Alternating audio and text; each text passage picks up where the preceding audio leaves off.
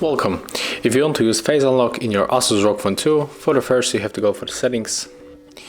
Right now, scroll down and tap on the security at lock screen.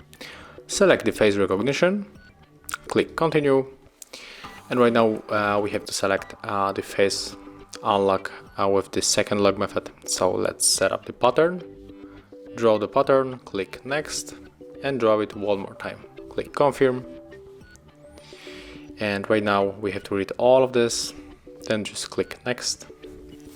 And right now the smartphone is scanning our face, so we have to keep it like that. And it's complete, so right now we can set up the notifications on the lock screen.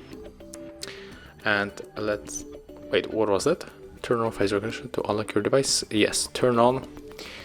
And right now tap on the power button, tap it one more time.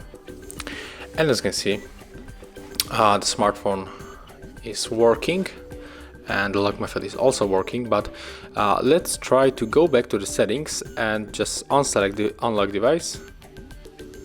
And I think right now we have to swipe and then it is going to recognize our face or not. Okay, so